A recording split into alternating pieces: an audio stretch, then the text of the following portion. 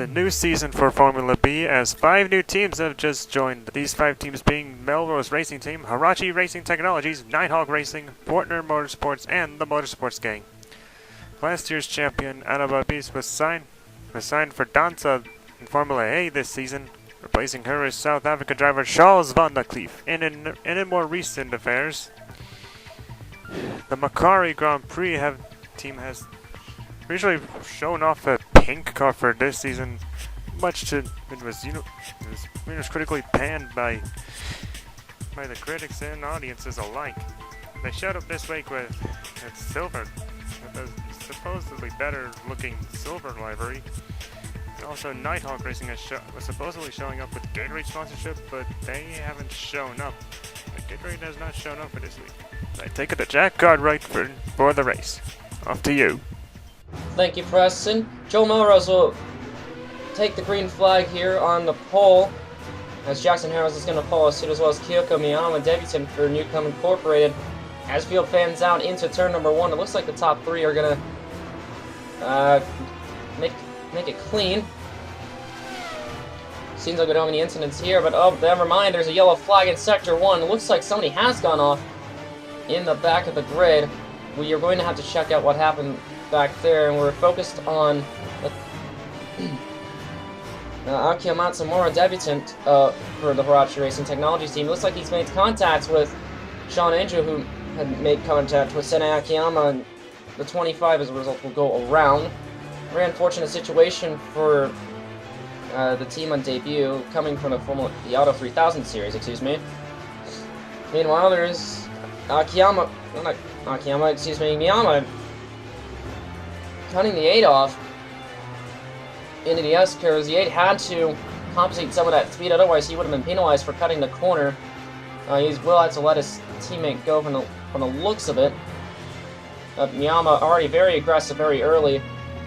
Certainly knows what she's doing. And number 6 in place of Reiki Nomura from Error Antics in 2017. Meanwhile, here's Shinsuke Tanahashi coming down pit road for a stop-and-go penalty for jumping the start. Well, the team's not already off to a poor start. I mean, they somehow managed to qualify both cars onto the grid, but it was very, very rough in getting them on the grid, so it's going to have to make up some ground from there on out. Here's Kevin DeVries making a dive on the inside of the 7 of Leo and Merriweather, as the 2 will get that position. DeVries is going to try to redeem himself from last year from his misfortunes, and maybe try to make an effort to win the Drivers' Championship once more for KWGP, as his teammate did last year. Here's Yoshiko Sakamoto doing some landscaping off the first hairpin. It looks like Sakamoto from Auto 3000's had a bit of trouble keeping the car on the track. Oh, and there's a bit of contact just now between the 24 and the 30 of Adrian Leroux. Leroux must certainly not be happy about that. That might have been the fact that Sakamoto was not aware that he was coming. Let's have a look here. Leroux was going to get around the 24 on the outside after having run off the course. And, oh, he kind of turned left, and Sakamoto didn't really notice him there until the final moment. Leroux is certainly not going to be pleased with the left front wing damage, though, after that. He's the only Motorsports game team to have qualified on the to begin with. Here's Shaw Van de Kleef having a bit of trouble keeping the car on the track, and speaking of which, is going to spin it off of turn 2. Yellow flag in Sector 1. I don't think anyone's going to pass each other through here. Bit of a shame, too, especially since he stepped down from Formula A to compete in the #1 driver spot for KWGP for this year. Here's Giancarlo Corelli, going to put both the Master Sports under pressure for position. And, oh, barely a bit of contact there between the 3 and the 8, but he's going to get it pretty easily. Nice run there by Corelli. He is on a mission today to perhaps get this first win, if not a podium paying position. Although he's got a lot of ground to make up if he wants to catch up to TK Wolf, who's currently sitting P3. Here's Sean Angel and Yoshiko Sakamoto heading down pit road very early. Not sure what their strategy is, but it could be a problem with the car, or the fact that they're just going to try a short pit strategy. Again, this is a 39-lap race. I don't understand why they would on a pit road, but hey, it's their strategy. They can do what they like with it. Meanwhile, Tanahashi with more problems. He's going to have to lose 3 laps for further mechanical issues in pit road. Here's Miyama under pressure from TK Wolf. And Miyama's trying to crack under pressure, but Wolf had his slide wide at the end of the S section just to not make contact with the 6. And may have to sacrifice that 3rd position. No, he will not. Meanwhile, there's Miyama's teammate Hirose doing some landscaping off the track of the first hairpin. Once again, Miyama onto a splendid start on her debut as we get to green flag. First set of pit stops on the end of lap 8. Looks like a select few will stay out, that being Kevin DeVries and TK Wolf. So this will be an interesting strategy and see how that will pan out for everyone. Off pit stops now, looks like TK Wolf is right behind Kyoka Miyama. Maybe going to try and dive in the inside for position. Yes, he will try that. In the final corner now, he's got the nose and a bit of a wheel spin there off the final corner. Had to compensate some of that speed, and that he will have to surrender it right back to the 6. But now the 6 is under a lot of pressure from the 12. Wolf is not wasting any time on the 6 whatsoever. He's going to get her into turn number 1 for P3. Look at Kevin DeVries and Joe Melrose up the front, having jumped both of them at the end of their respective pit cycles. However, Wolf is not done yet. He's going to try and get around Kevin DeVries on the inside in the penultimate corner. And let's see if he can accomplish that. Looks like he will clear him. And that's going to be Melrose 1-2. So this is certainly an excellent debut race for the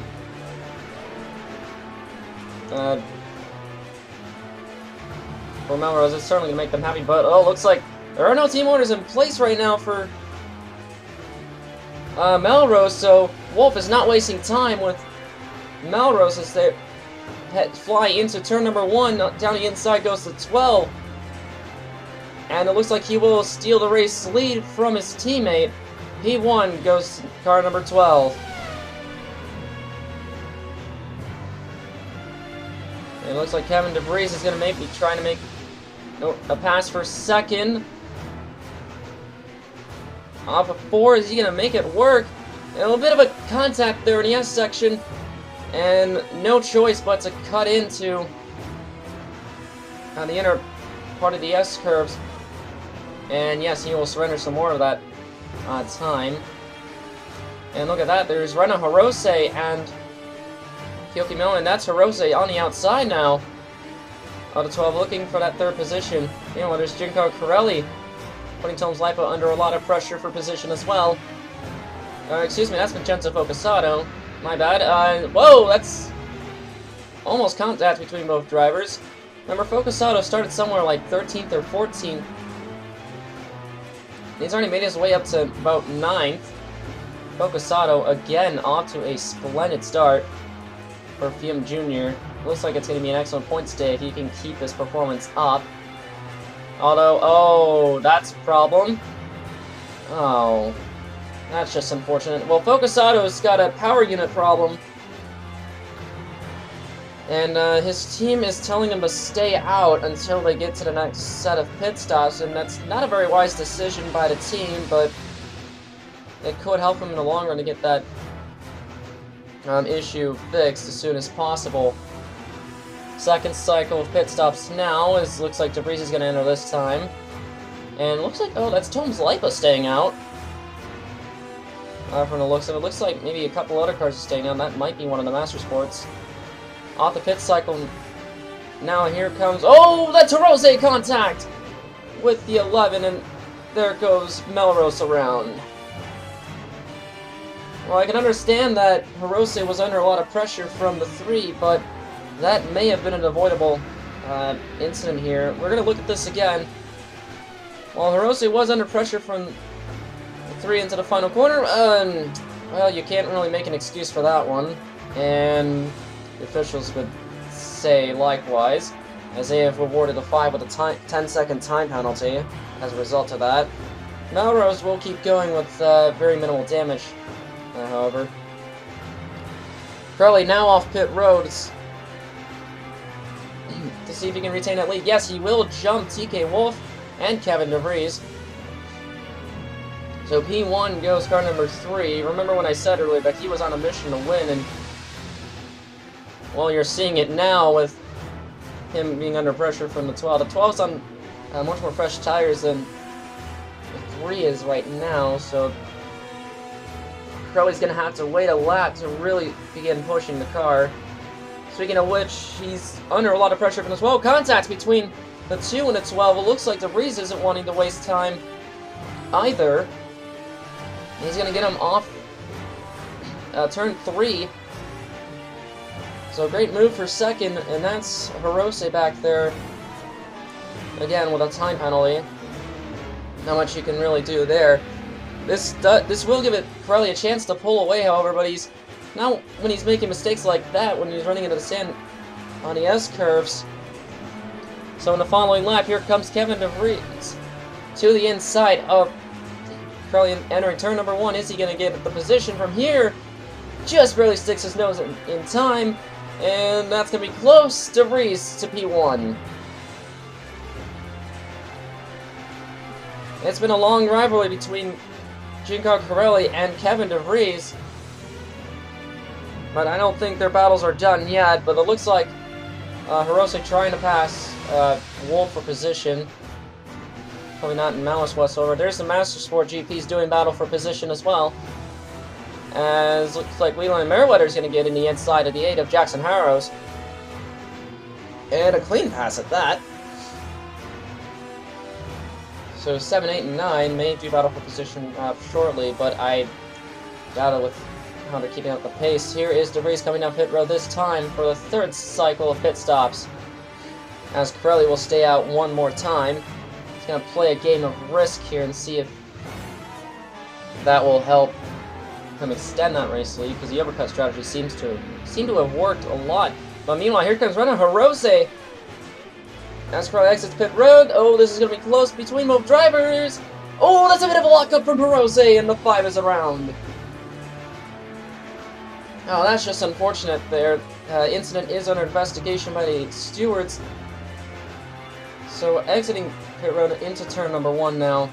And it looks like Corelli, little minimal room there, but there would have been enough for both drivers. But since Hirose locked up, there really isn't much that they could do about that. No penalty will be awarded for that, thankfully. But Crowley now under a lot of pressure. He has a little bit of side pod damage from the contact with Hirose, and he's going to lose the lead and second to TK Wolf and Kevin DeVries respectively. So this is a bit of a precarious situation here for Giancarlo Corelli. And if that kind of damage is going to have him suffer in performance, this may as well cost him the race as a result. But this may drag in the 6 of Kyoka Miyama. Yes, that is Miyama back there, really pushing as hard as she can. Apparently she knows how to push it in the short run, but then tends to fall apart in the long run, from what it appears. Crowley's still keeping up with DeVries and Wolf, so it doesn't seem like the damage is bothering him at all. Here comes DeVries now down to the inside of the 12. He's going to make a clean pass for the lead once more. That's going to drag Crowley a lot closer than we'd expected. And that will extend the race lead ever so slightly for Kevin DeVries. He really wants to win the opening round for KWGP, so they would have a comfortable points lead, not only in the Drivers' but Constructors' Championships respectively as well. The following laps, however, we have run into lap traffic. There's Shinsuke Tanahashi and the 17 of Sene Akiyama. Both drivers have been rather slow throughout the majority of this race, I would say. The 23 being 3 laps down. Of course, Akiyama about to go her first lap down. The Team Nagashi has had a bit of trouble themselves, despite having bought up Prema Racing. And oh, that was While blue flags are out there for 23, he is notorious for wrecking the leaders, as we remember from Japan 2017. He ended up wrecking the DeVries out from the race lead, handing the win to his former teammate Anna Babis. But it looks like DeVries is not going to waste time in getting around to 23. Of course, he holds some malice towards him. Into the final corner he goes. Looks like Akiyama's going to block the 2. Well, he's got to realize he's going a lot down. She's going a lot down, excuse me. It looks like Corelli not wasting time. He's going to block the 23. Maybe slip in a slipstream so he does not allow the 12 to overtake her position. Oh, the 17 gives a bit of a block. The 3 had to really dive it down into turn 1. And looks like Akiyama will join this battle for the podium. And oh, that's a bit of contact there between the 12 and the 6, and it looks that may be some front wing damage to Akiyama. Or Miyama, excuse me. Not sure I'm confusing both drivers, but pardon me for that. Wolf now gonna have to catch up. Oh, contact between the 17, and off the course he goes. And that is car number 12 out of the race. And that is just unfortunate to see right here. The 17 had no business in running in this racing line at all. To be fair, Wolf did slide down into the 17. The 17 was pretty much holding her line. But again, nothing could be done about this one. And while the stewards would like to see Akiyama after the race, that was some rather unnecessary movements that Team Ageshi number 17 had made. Meanwhile, here's Corelli off his final pit stop for today. Oh, Kevin DeVries is right there! Ooh, just barely, and the 2 is around. And that's a questionable one here. That may have been on the 3 this time. Let's check this out real quick. That's a bit of a pinch there from the 3, but again, there's just enough room on the curbs for DeVries to make a pass. Again, not much could have been done right there for the 2. Meanwhile, white flag is out for Giancarlo Corelli. Despite having been involved in a couple incidents that may or may not have been his own doing, he's right behind the lap cars of Sean Angel and Adrian LaRoe. I'm not sure if he's going to either try and pass them now or keep behind them to secure that race win, but Miyama is closing in on the 3 rather quickly. And oh, the 3 kind of bottled turn 4. And now we head into the S section. Again, this is certainly the 3's race to win and lose right now. But I believe that is a Master Sport looking at second place from Akiyama. Yes, it is. It is, in fact, a battle for that second position. But it looks like Corelli is going to play it smart and just hold behind the lap cars. Even though the blue flags are waving for him, I don't think Corelli cares anymore. That's right, he just wants to bring it home safe. And looks like Miyama is really beginning to crack under pressure once more. From that Master Sport, that may be Leon Merriweather for that position. But nevertheless, heading into the final corner goes Giancarlo Corelli off the final corner now, down the front straightaway. Giancarlo Corelli is going to take the first win, and that Master Sport just took that second position from Miyama. And the win will go to Giancarlo Corelli. Congratulations to the Fiat Junior team. Leon Merriweather will claim the second spot at the final moment from Kyoko Miyama. As she will have to claim P3. Fourth is Kevin DeVries after having spun out in turn 1 with the contact with Corelli. Fifth is Jackson Harrows. And close behind him is Toms Lipa, so that overcut strategy has kind of worked in his favor. Joel Melrose will finish 7th despite having been spun off by Rena Hirose. 8th is Alexander Kurikov. An excellent debut points today for Nighthawk Racing. That will definitely allow them to get some Gatorade sponsorship for next weekend. P9 is Sergey Popov from Macquarie Racing, and despite Hirose unofficially finishing in 10th or 10-second time penalty, were promoted to 11th, thus giving the final points-paying position to Raymond Hawkins from Team Higashi.